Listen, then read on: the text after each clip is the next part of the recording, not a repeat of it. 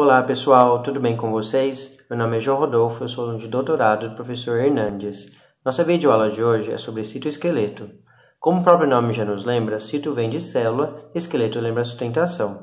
O citoesqueleto é composto por um conjunto de proteínas que, de acordo com os estímulos que as células recebem, eles sofrem constante reorganização. Essa característica permite que eles contribuam não somente para a sustentação, mas também que exerçam diferentes funções dentro da célula. Vamos conferir?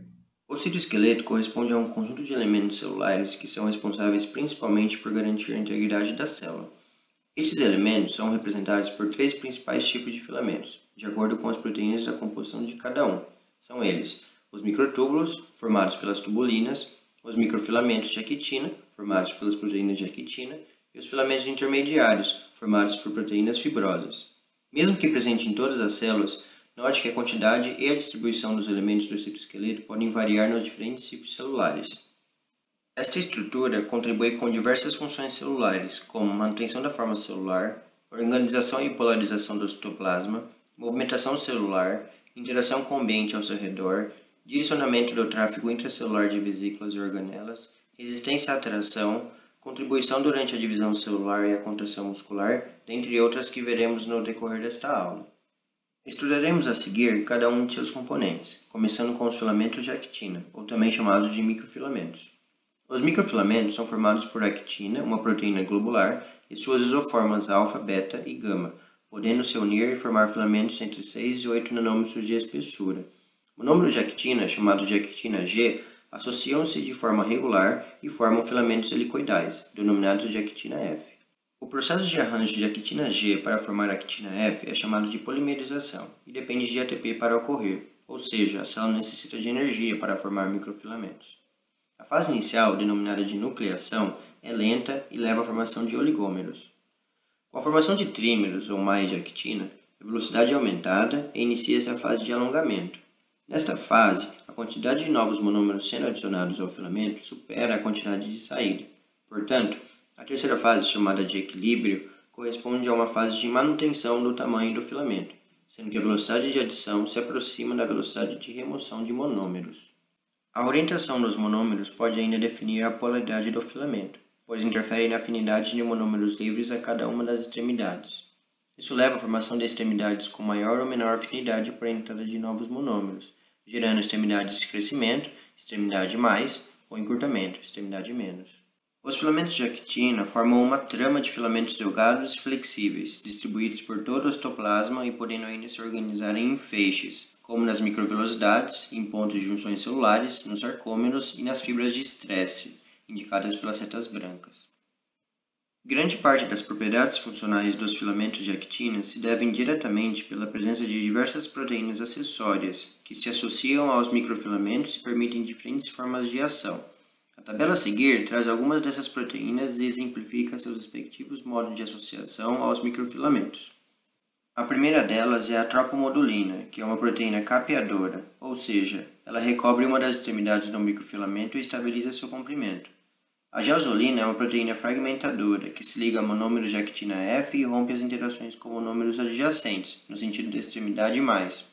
As timosinas ligam-se a monômeros livres e interferem na sua afinidade com os filamentos, alterando, portanto, a velocidade de polimerização. Proteínas de ligação atuam na interação entre microfilamentos, favorecendo a formação de redes através das filaminas e feixes compactos e frouxos por meio das fimbrinas e alfa-actininas, respectivamente. Proteínas denominadas de tropomiosinas recobrem os microfilamentos e os estabilizam, facilitando a interação com outras moléculas. Proteínas de ancoragem, como as espectrinas, auxiliam na associação de microfilamentos com a membrana plasmática, formando redes e contribuindo na manutenção da forma celular. Por fim, as proteínas motoras, que utilizam os filamentos como trilhos para o deslocamento de organelas, vesículas e de outros filamentos, como a miosina 1 e também a miosina 2, que, juntamente com a actina, contribui para a movimentação muscular. Todas essas proteínas acessórias e os filamentos de actina contribuem com diversas funções. Por exemplo, a manutenção da forma e especializações de membranas, como as microvelocidades, permitem a locomoção celular pela expansão de prolongamentos citoplasmáticos denominados de lamelipódios ou filopódios. Tais prolongamentos podem ainda ser utilizados em processos de endocitose e exocitose. Podem também participar da formação do anel contrátil nas células animais em divisão, permitindo a citocinese e separação das células filhas, além de formar cinturões entre células adjacentes e favorecer a adesão no tecido, principalmente em tecido epitelial, e permitir a contração muscular em sarcômeros e musculatura esquelética. Os filamentos intermediários recebem este nome por apresentarem filamentos com diâmetro de 8 a 10 nanômetros de espessura, o que significa apresentar tamanho intermediário quando comparado aos filamentos de actina, que variam entre 6 e 8 nanômetros, como vimos anteriormente, e aos microtúbulos, cujo diâmetro varia de 22 a 24 nanômetros. Diferente dos microfilamentos e dos microtúbulos, que são compostos por proteínas globulares, os filamentos intermediários são compostos por proteínas fibrosas. Além disso, não estão presentes em todas as células eucarióticas, como os outros dois, e sim apenas em organismos multicelulares. Esses filamentos são predominantemente citoplasmáticos. No entanto, uma de suas classes, as proteínas laminas, pertence a uma classe independente de filamentos intermediários que compõem o arcabouço proteico que constitui a lâmina nuclear. Embora sejam formadas por mais de 50 tipos de proteínas, todas elas possuem essa estrutura básica comum, um segmento central em alfa-hélice e porções globulares amino e carboxy terminais. Estes filamentos permitem a associação de dímeros com suas porções centrais enroladas entre si, formando o que se denomina de espiral espiralada, e então dois dímeros podem se combinar antiparalelamente e formar tetâmeros e filamentos delgados que se organizam em forma de corda para a formação dos filamentos intermediários. Sua composição está diretamente relacionada a seu principal papel mecânico na célula de conferir resistência à força de tração e estabilidade. Nas células epiteliais, por exemplo, a família de filamentos intermediários mais comum é a das queratinas. Estes filamentos se distribuem pelo citoplasma dessas células e podem ainda se ligar a junções de ancoramento, como os desmossomos ou hemidesmossomos, contribuindo ainda mais para a adesão e resistência do tecido. Além de muito resistentes, os filamentos intermediários são dinâmicos e podem sofrer rearranjos em resposta às necessidades celulares. Durante a intérfase, por exemplo, representada pela letra I na imagem, a trama de filamentos intermediários, com predomínio nas laminas nucleares, compõe a lâmina nuclear, que fica justaposta à face interna do envoltório nuclear. Durante a divisão celular, representada agora pela letra M de mitose, tais proteínas sofrem reações de fosforilação e desfosforilação de monômeros, sofrendo desestruturação e reestruturação do núcleo ao longo do processo de divisão da célula.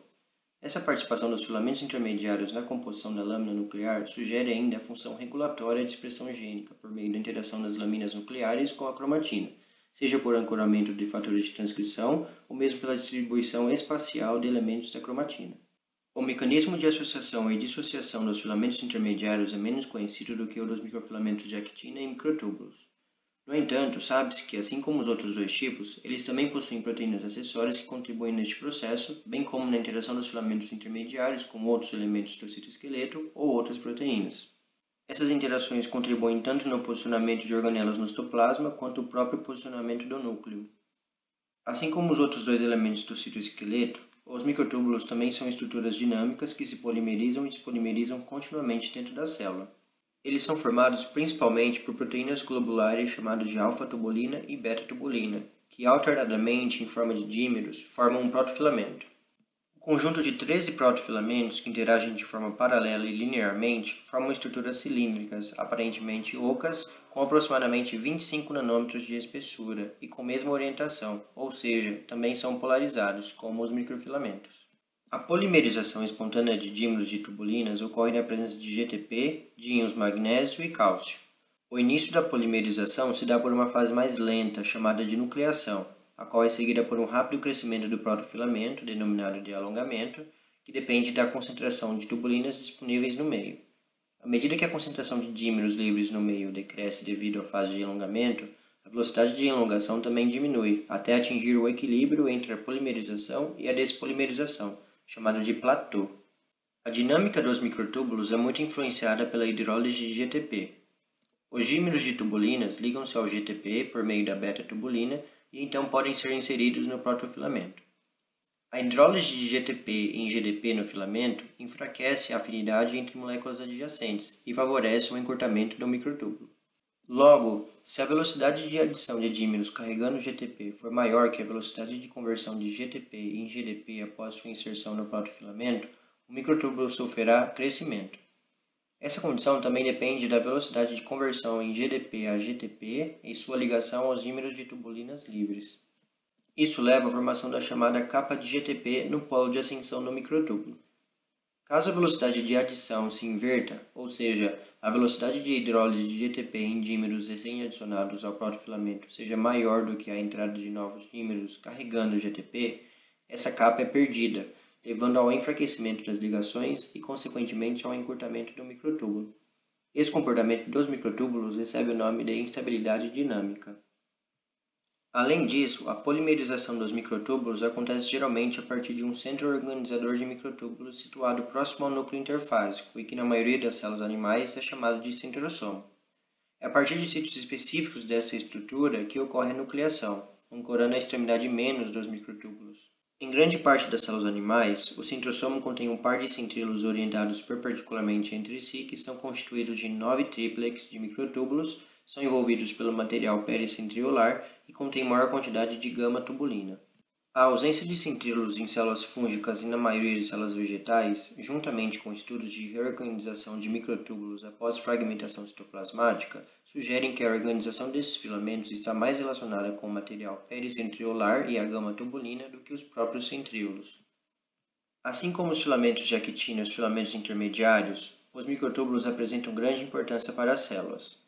Nas divisões celulares, por exemplo, ocorre desde a divisão dos centríolos e dos centrosomos, ainda em intérfase, até sua total separação e reorganização no início da divisão e a migração dos mesmos para polos opostos. Além do mais, são os microtúbulos que se ligam aos cinetocódios de cromossomos condensados e os estabilizam, e com sua despolimerização, promovem a separação de cromátides irmãs ou cromossomos homólogos durante a anáfase. Os microtúbulos também se associam a proteínas citoplasmáticas, o que permite realizar diversas outras funções, incluindo proteínas motoras que utilizam os microtúbulos como trilhos para carregar vesículas e organelas ao longo do citoplasma. Tais proteínas, a cinesina e a adeneína, são formadas por duas cadeias pesadas que se enrolam uma sobre a outra em alfa-hélice e possuem cabeça globular com sítio de ligação para o microtúbulo e para o ATP, e várias cadeias leves variáveis que se ligam aos componentes a serem transportados. Logo, elas utilizam energia derivada da hidrólise de ATP para produzir força e movimento. Estudos têm demonstrado ainda que as gineínas movem-se em direção à extremidade menos dos microtúbulos, ao passo que as cinesinas movem-se em direção à extremidade mais. Essa funcionalidade permite desde a polarização celular e processos de tráfego intracelular de vesículas, como mencionado no início da aula, como também movimentos mais drásticos, como a movimentação de melanossomos em melanócitos de peixes, permitindo a troca de cores em diversas espécies, ou até mesmo a movimentação de vesículas do pericárdio, contendo proteínas específicas, enzimas e RNAs mensageiros, até as terminações nervosas do axônio. Por fim, os microtúbulos também estão presentes em projeções da membrana plasmática com 0,25 micrômetros de diâmetro, chamadas de cílios e flagelos. Essas estruturas são responsáveis pelo movimento de uma variedade de células eucarióticas. Em células livres, cílios podem ser usados para locomoção ou ainda para alimentação, como nos paramécios. Em células fixas, como das células epiteliais que revestem o trato respiratório humano, os cílios têm a função de conduzir o muco, juntamente com a poeira, para fora da traqueia. Já os flagelos são responsáveis pela locomoção de espermatozoides e diversos protozoários. Os flagelos tendem a ser maiores do que os cílios e possuem movimentos ondulatórios, como na imagem A, enquanto que os cílios possuem um batimento comum de um chicote. A principal estrutura dos cílios e flagelos é o axonema. Eles são arranjados em um padrão característico chamado de 9+2, pois possuem um par central de microtúbulos simples que é circundado por 9 duplas periféricas de microtúbulos. A diferença entre eles é que os microtúbulos centrais são completos, ou seja, possuem 13 protofilamentos, enquanto que os pares periféricos possuem um protofilamento completo e outro com 11 protofilamentos. A movimentação do axonema depende de dineínas axonemais que se ligam entre as duplas de microtúbulos periféricos e movem-se assim como no citoplasma. Entretanto, o movimento deixa de ser um deslizamento e passa a ser uma curvatura, pois há pontes proteicas que conectam as duplas. O axonema é mantido ancorado à célula graças ao corpo basal. Eles possuem estrutura semelhante à dos centríolos, com 9 grupos de 3 microtúbulos. Estudos demonstram evidências de que os centríolos sejam os precursores dos corpos basais, pois imediatamente antes da formação de um cílio ou flagelo, o par de centríolos é duplicado, um deles migra para junto da membrana e dá origem aos túbulos dos axonemas. Bom, nossa aula sobre citoesqueleto termina por aqui. Espero que vocês tenham gostado desta videoaula e que ela contribua para o estudo de vocês. Qualquer dúvida, estamos à disposição. Até mais!